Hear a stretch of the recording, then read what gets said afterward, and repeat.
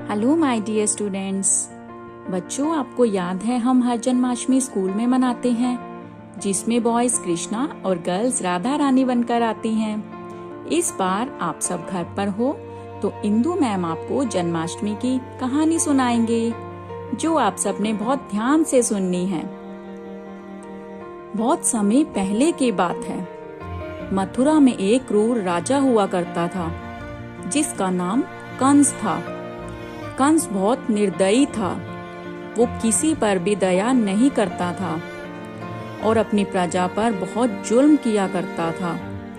उनको मारा पीटा करता था। सारी प्रजा उससे डरा करती थी। कंस सिर्फ अपनी बहन देवकी को प्यार करता था और उसका बड़ा ख्याल रखता था। एक दिन आकाश से एक आकाशवाणी हुई। एक दिन आकाश से एक आवाज आई, हे क्रूर कंस, तूने अपनी प्रजा पर बहुत जुल्म किए हैं, बहुत पाप किया है। इसकी सजा तुझे अवश्य मिलेगी। तू जिस बहन से बहुत प्यार करता है, उसी की 8वीं संतान तेरा वध करेगी। ये सुन के कंस बहुत क्रोधित हुआ। उसको बहुत गुस्सा आया कि उसकी बहन का 8वां बच्चा कंस को मारेगा। उसने देवकी और उसके पति को कारागार में बंदी बना लिया, जेल में बंद कर दिया और अपने सैनिकों से बोला, ध्यान रखो इनका, और जब भी इनकी कोई संतान हो उसे मेरे पास ले आना। हा हा हा हा हा। फिर क्या था, कंस ने एक के बाद एक देवकी के सारे बच्चों को मार दिया।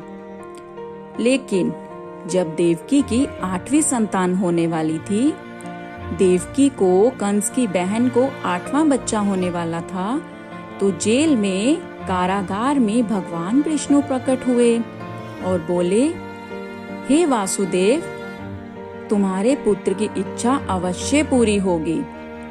वासुदेव, आज आधी रात में देवकी जिस पुत्र को जन्म देगी, तुम उसे आधी रात में ही गोकुल छोड़ आना, यशोदा के घर। और यशोदा के घर जो पुत्री जन्म लेगी, उसे यहाँ जेल में ले आना। तुम्हारा कल्याण हो।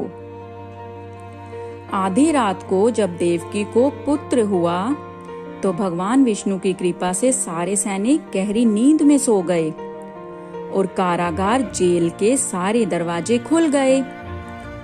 और वासुदेव अपने पुत्र को एक टोकरी में लेकर गोकुल की ओर चल पड़े। वासुदेव और बच्चे की सुरक्षा के लिए भगवान विष्णु ने आदि शेषनाग को भेजा। जल्दी ही शीघ्र ही वासुदेव गोकुल पहुंच गए। वहां उन्होंने अपने पुत्र को यशोदा की पुत्री के साथ बदल दिया और वापस मथुरा आ गए। जब वो कारागार पहुंचे तो सारे सैनिक उठ गए और बच्चे की आवाज सुनकर कंस को बुलाया। कंस जब बच्चे को मारने के लिए आगे बढ़ा, तो दुर्गा माता प्रकट हुई और बोली, कंस, तूने क्रूरता की सारी हदें पार कर दी हैं। तूने निर्दोष बच्चों की हत्या की है। हे दुष्ट, तू जिसे मारना चाहता है, वह देवकी का 8वां पुत्र जन्म ले चुका है और वह अपनी भविष्यवाणी को पूरा करेगा।